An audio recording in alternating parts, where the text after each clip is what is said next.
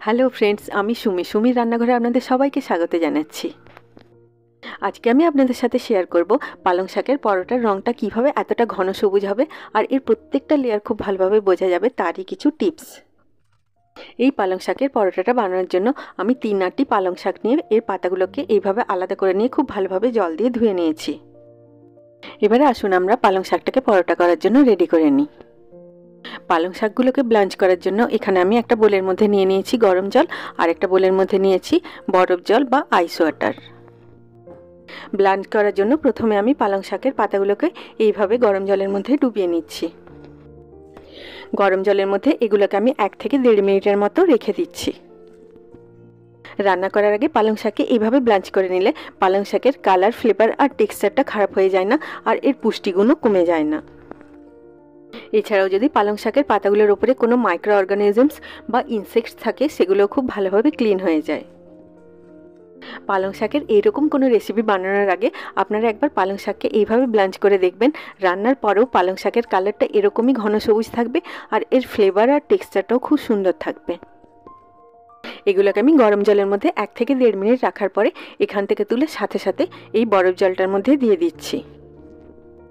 পালং শাকে প্রচুর পরিমাণে ভিটামিন এ থাকে, তাই এটা খাওয়া আমাদের চোখ আর স্কিনের হেলথের জন্য খুব ভালো। তাছাড়াও এটাতে থাকে প্রচুর পরিমাণে পটাশিয়াম আর ম্যাগনেসিয়াম, যেটা আমাদের ব্লাড প্রেশারকে লো করে। এছাড়াও পালং শাক আমাদের বোন আর হার্ট হেলথের জন্যও খুব ভালো। এবারে এগুলোকে আমি এই বরফ জলটার মধ্যেও 1 থেকে 1.5 মিনিট রেখে দিলাম। এবার আমি এগুলোকে বরফ জলটা থেকে তুলে খুব ভালো করে নিগড়ে নিয়ে এক্সট্রা জলটা ঝরিয়ে একটা প্লেটের মধ্যে রেখে নিলাম। আপনারা যখন এগুলোকে এই বরফ জলটা থেকে ওঠাবেন তখন খুব ভালোভাবে স্কুইজ করে এক্সট্রা জলটাকে বার করে দেবেন। আপনারা এইভাবে পালং শাকগুলোকে ব্লাঞ্চ করে এক্সট্রা জলটা ঝরিয়ে নিয়ে একটা এয়ারটাইট কন্টেনার করে ফ্রিজে রেখে দিতে পারেন, তাহলে পরের দিন পরোটাটা জলদি বানানো হয়ে যাবে। এবার আমি ব্লাঞ্চ করা পালং শাকগুলোকে একটা গ্রাইন্ডিং জারের মধ্যে নিয়ে নিলাম। দিয়ে দিলাম 12টা রসুনের কলি, দিয়ে দিলাম 1.5 টিস্পুন জোয়ান আর 6টা কাঁচা লঙ্কা। আপনারা আপনাদের স্বাদ অনুযায়ী কাঁচা লঙ্কার পরিমাণটা কম বেশি করতে পারেন। আর দিয়ে দিলাম 1/2 টিস্পুন হিং।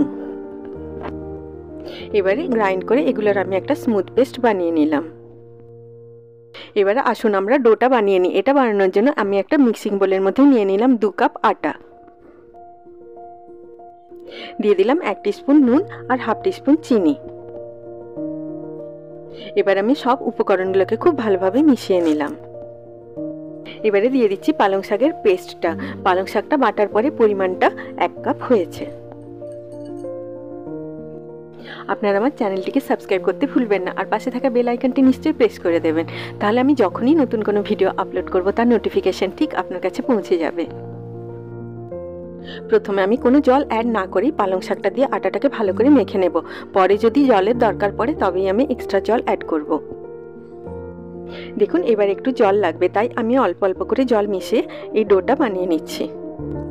নর্মাল পরোটা বানানোর জন্য যেরকম ডো হয় এই ডোটা ঠিক সেরকমই হবে। আপনারা জলটাকে ধীরে ধীরে অ্যাড করবেন, তাহলে ডোয়ের কনসিস্টেন্সিটা বুঝতে পারবেন। পালং শাকটাকে ব্লাঞ্চ করার জন্য দেখুন ডোয়ের কালারটা কত সুন্দর ঘন সবুজ হয়েছে। আটাটাকে 10 মিনিট ধরে থেসে থেসে খুব ভালোভাবে আমি মেখে নিলাম। এবারে এর মধ্যে আমি দিয়ে দিচ্ছি 1 টেবিল স্পুন সাদা তেল। তেলটা দেবার পরে আরও 2 মিনিট আমি ভালো করে মেখে নিয়ে এটার একটা স্মুথ আর সফট ডো বানিয়ে নিলাম। এবারে এটাকে আমি ঢাকা দিয়ে 10 মিনিটের জন্য রেস্টে রেখে দিচ্ছি।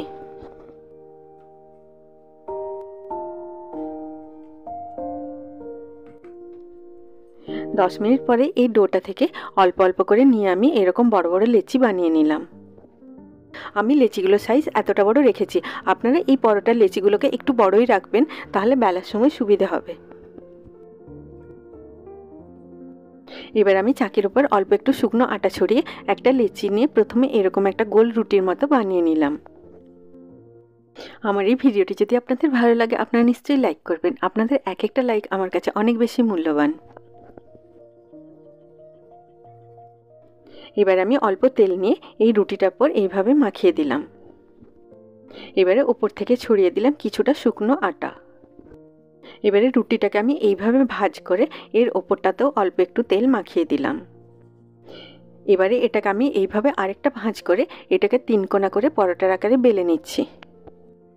পরোটাটা বেলার সময় এইভাবে তেল মাখিয়ে আর শুকনো আটা ছড়িয়ে ফোল্ড করলে ভাজার পরে প্রত্যেকটা লেয়ার্স খুব ভালোভাবে বোঝা যায় আর পরোটাটা খুব মুচমুচে হয়। পালং শাকটাকে ব্লাঞ্চ করার জন্য দেখুন পরোটাটার রঙটা কত সুন্দর ঘন সবুজ হয়েছে। দেখুন পরোটাটা বেলা হয়ে গেল। এইভাবে আমি সব পরোটাগুলো বেলে নিচ্ছি।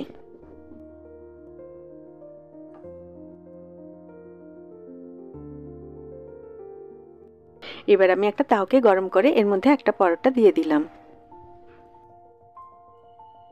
এবারে এটাকে আমি মিডিয়াম ফ্লেমে খুন্তিটা দিয়ে এইভাবে আলতো করে চেপে চেপে খুব ভালোভাবে সেঁকে নিলাম। দেখুন পরোটাটা খুব ভালোভাবে সেঁকা হয়ে গেছে। এবারে এটাকে ভাজার জন্য এর মধ্যে আমি দিয়ে দিচ্ছি 1 টেবিল স্পুন ঘি। এই পালং শাকের মরশুমে আপনারা এইভাবে একবার পালং শাক দিয়ে পরোটা বানিয়ে দেখুন। বাড়ির ছোট বড় সবাই খুব আনন্দের সাথে খাবে। আর যারা কোনোদিন পালং শাক খায় না তারাও এই পরোটাটা খেয়ে নেবে। এবারে এটাকে আমি উল্টে পাল্টে দুটো দিকে খুব সুন্দর একটা গোল্ডেন কালার আসা পর্যন্ত আর একটু মুচমুচে হওয়া পর্যন্ত ভেজে নিলাম। এই পরোটাটা ভাজার সময় আপনারা প্রয়োজন অনুযায়ী গ্যাসের ফ্লেমটাকে একটু অ্যাডজাস্ট করে নেবেন।